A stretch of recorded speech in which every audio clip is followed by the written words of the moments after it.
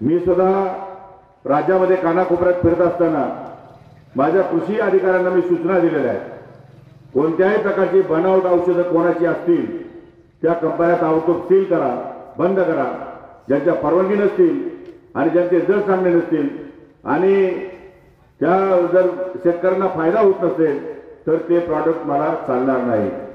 ज्याच्यातून शेतकऱ्यांना फायदा होतो, उत्पादन खर्च कमी होतो, त्यामुळे अशा प्रकारचे जर या ठिकाणी उत्पादनं आमच्या शेतकरी मुलांनी तयार केले असतील तर त्याचा फायदा आपल्या शेतकऱ्यांनी घेतला पाहिजे। मला असं वाटतं की यांनी ज्या प्रकारे उत्पादनं केलेली आहेत त्याच्यापैकी काही उत्पादनं कमी झाली तरी चालतील, परंतु त्याच्या दर्जामध्ये या ठिकाणी कुठल्याही प्रकारची त्यांनी कॉम्प्रोमाइज या ठिकाणी करू नये, तडजोड या ठिकाणी करू नये।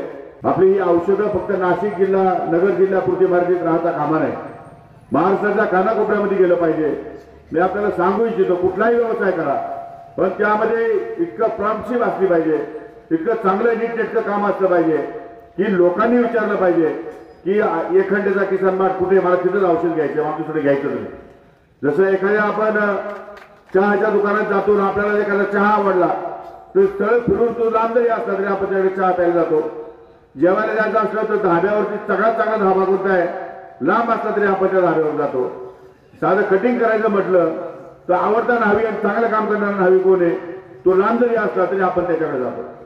म्हणजे लोक क्वालिटीला महत्व देतात, क्वांटिटीला नाही। तुम्ही जेवढी जेवढी क्वालिटी चांगली मेंटेन कराल, जेवढी जेवढी लोकांची सेवा कराल, तेवढे लोक तुम्हाला प्रतिसाद देतील। आणि म्हणून या ठिकाणी एखादे किसान मार्टच्या माध्यमातून आपल्या सर्वांची सेवा करण्याचा निर्णय घेतलेला आहे। यामध्ये सॉइल टेस्टिंग म्हणजे माती परीक्षण जे काही त्यांना अपेक्षित आहे तशा प्रकारचं माती परीक्षण राज्य सरकार कृषी विभागाच्या वतीनं सर्व शेतकऱ्यांना करणार आहे, माती परीक्षण करणार आहे।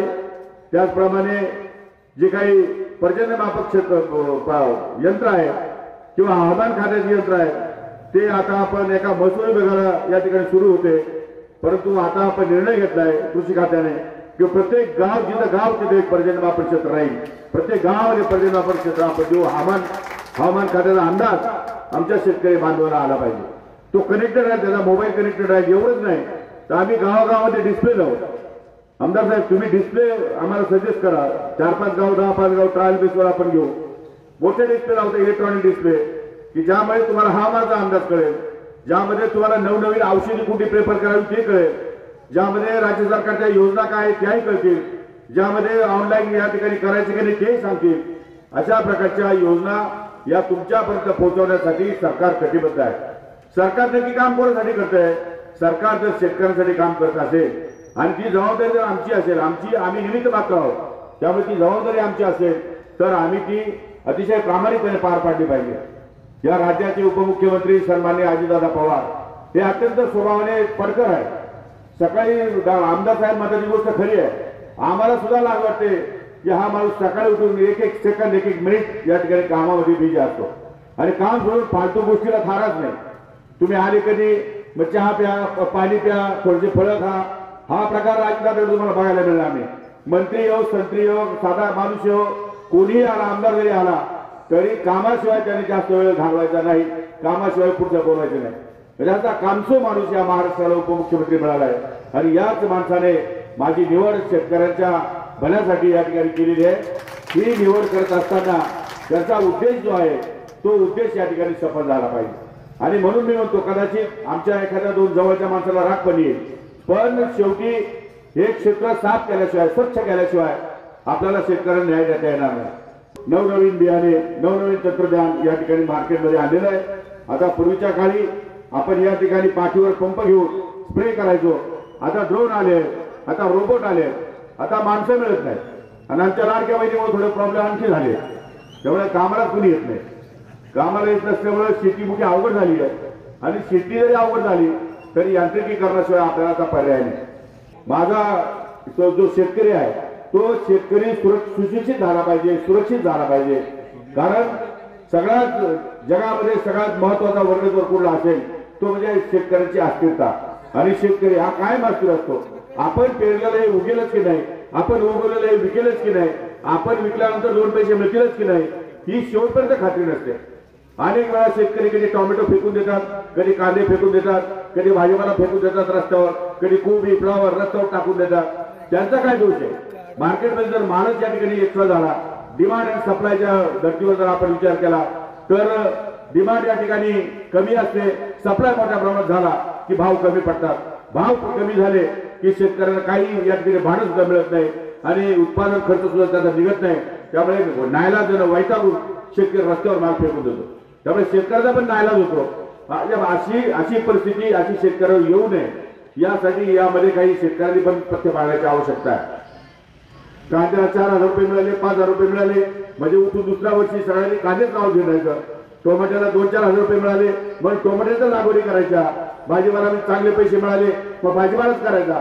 अशा प्रकारची जी आपली मेंटॅलिटी आहे त्यामध्ये कुठेतरी आपण विचार केला पाहिजे. आणि भविष्यकाळ हा शेतकऱ्याच्या दृष्टिकोनातून अतिशय संरक्षित कसा होईल. विम्याच्या संदर्भामध्ये काही गोष्टी आहेत त्यामध्ये बऱ्याच प्रकारचे गैरप्रकार या ठिकाणी झालेले दिसून येतात. त्यामुळे गैरप्रकार सुद्धा बंद करण्यासाठी विम्याची परत एकदा नवीन धोरणात्मक निर्णय घ्यावा लागणार. त्यामुळे सरकारमध्ये गेल्यानंतर ही सगळी धोरणं ठरवणं आणि त्या धोरणाच्या माध्यमातून शेतकऱ्याला या ठिकाणी जास्तीत जास्त फायदा मिळवून देणं ही या ठिकाणी आमची प्राथमिकता असणार आहे. अडीअडचणी समजून घेण्यासाठी विभागीय पातळीवरती मी बैठका आयोजित केलेल्या आहेत. ते बैठक काल नाशिक जिल्ह्याची पार पडली. जमलं तर उद्या मी पुन्हा पुढच्या महिन्यामध्ये किंवा त्याच्या पुढच्या महिन्यामध्ये नगरला पण या ठिकाणी बैठक घेणार आहे आणि शेतकऱ्यांची हितगुज डायरेक्ट शेतकऱ्यांशी बोलणार आहे. कृषी मंत्री आणि शेतकरी यांच्यामध्ये कोणी आडपडदा राहता कामा नये. आमचे कृषी अधिकारी नाही, कोणी नाही. आणि म्हणून त्यांना आलेल्या अडचणी, त्यांना असलेले अनुभव, त्यांना योजनामध्ये असलेल्या त्रुटी या मी या ठिकाणी जाणून घेतोय. अनेक गोष्टीमध्ये मला काल अनेक लोकांनी सांगितलं की आमदारच आम्हाला पोहोचत नाही, 2-2 वर्ष अनुदान मिळत नाही. म्हणजे आमदारची वेळ निघून जाते आणि आमदार शेतकऱ्यापर्यंत पोहोचत नाही. त्यामुळे वेळेवर आमदार मिळायला पाहिजे, वेळेवर सगळ्या सुविधा सवलती मिळाल्या पाहिजे असा जो त्यांचा आग्रह आहे तो सुद्धा एकदम बरोबर आहे, तो काही चुकीचा नाही. आणि म्हणजे यातून एक नवीन धोरणात्मक निर्णय घेण्याचा राज्य सरकार विचार करते. तो निश्चितपणे केल्याशिवाय राहणार नाही. केंद्राच्या मदतीने काही जे बदल करायचे आहेत ते केंद्राच्या मदतीने आपण बदल करू.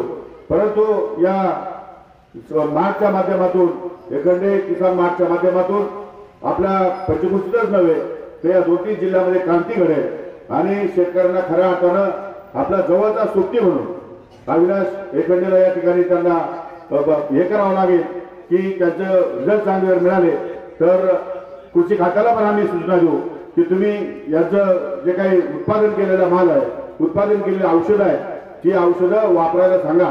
परंतु जोपर्यंत आम्हाला खात्री येत नाही तोपर्यंत कृषी खातं ऑथेंटिकरित्या या सगळ्या गोष्टीला तयार होणार नाही. त्याचं रजिस्ट्रेशन तुमचं बरोबर आहे की नाही. मी फक्त या ठिकाणी एका दुकानाचं उद्घाटन करायला आलो. मला कल्पना नव्हती की हा मुलगा इतका ऍक्टिव्ह आहे, स्वतः फॅक्टरी चालवतोय, स्वतःचं प्रोडक्शन तो या ठिकाणी विकतोय आणि शेतकऱ्यांना एक वेगळ्या प्रकारचा आधार देतोय. आर्थिकदृष्ट्या शेतकऱ्याचा खर्च कमी करण्यासाठी प्रयत्न करतोय. मग इथं आल्यानंतर मला जे कळलं ते निश्चित कौतुकास्पद आहे. अशा प्रकारची जर शेतकऱ्यांची मुलं पुढे येणार असतील आणि शेतकऱ्यांना सोपी म्हणून मदत करणार असतील तर ही गोष्ट वाखाणण्याजोगीच आहे. त्या बाबतीत काही शंका नाही. कारण शेवटी शेतकऱ्याला जात धर्म आणि या ठिकाणी कुठल्याही प्रकारचा पक्ष नसतो. शेतकरी हा शेतकरीच असतो. त्यामुळे शेतकऱ्यांना या ठिकाणी मदत करताना कुठल्याही प्रकारचा हात राखून मदत करणं योग्य होणार नाही. काल इकडे तिकडे गेलेला शेतकरी उद्या पुन्हा आपल्यावर येऊ शकतो. कारण शेवटी त्याच्या मनामध्ये असलेला राग तो या ठिकाणी काही लवकर या ठिकाणी कमी होतो किंवा थांबतो असं नाहीये. तो राग येणं साहजिक आहे. त्यामुळे त्या शेतकऱ्यामध्ये राग कसा येणार नाही, शेती सुरक्षित कशी होईल, संरक्षित कशी होईल आणि शेतकऱ्याला न्याय कसा मिळेल या दृष्टिकोनातून भविष्य काळात प्रयत्न केले जातील. चुकीच्या कोणत्याही गोष्टीला थाळा या ठिकाणी आपण देणार नाही. राजकारण गेलं तरी चालेल परंतु कोणत्याही शेतकऱ्यावर अन्याय करण्याची भावना पुढे या ठिकाणी आमच्याकडून या ठिकाणी घडणार नाही. आणि रामटे साहेब म्हणण्याची गोष्ट खरी आहे की मी तसा शिस्तीचा कडक माणूस आहे. पण मी कडक माणूस असताना सिन्नरच्या लोकांनी 5 वेळा निवडून दिलं हो. सिन्नरचे लोक काही रामनाथ पाटील बसले ना. पण मी माझं काम पारदर्शी आहे. मी बोलणारा स्पष्ट आहे, दादासारखा स्वभाव आहे पण काम पारदर्शी आहे. हाच तो सूर्य आणि हाच तो जयकर. मी अशा प्रकारचं काम करत नाही. खोटं नाटं काम आपल्याला चालतही नाही आणि कधी केलं नाही. एकदा लोकांना तुमचा स्वभाव कळला की तुमच्या गुणदोषासह लोक ऍक्सेप्ट करतात. पण जोपर्यंत स्वभाव कळत नाही तोपर्यंत लोक म्हणतात नाही हे काही खरं नाही, नाही हे असंच आहे, हे तसंच आहे. पण एकदा लोकांना माहीत पडलं की बोलणारा माणूस हा खरा आहे, मनात काही नाही, पोटात काही नाही, हा आपल्या फायद्यासाठी बोलतो, आपल्या भल्यासाठी बोलतो, हेच जेव्हा लोकांना कळेल तेव्हा लोक आपोआप तुमच्याबरोबर येतात. आज लोक मोठ्या संख्येने माझ्या बरोबर आहेत, मला त्याचा अभिमान आहे.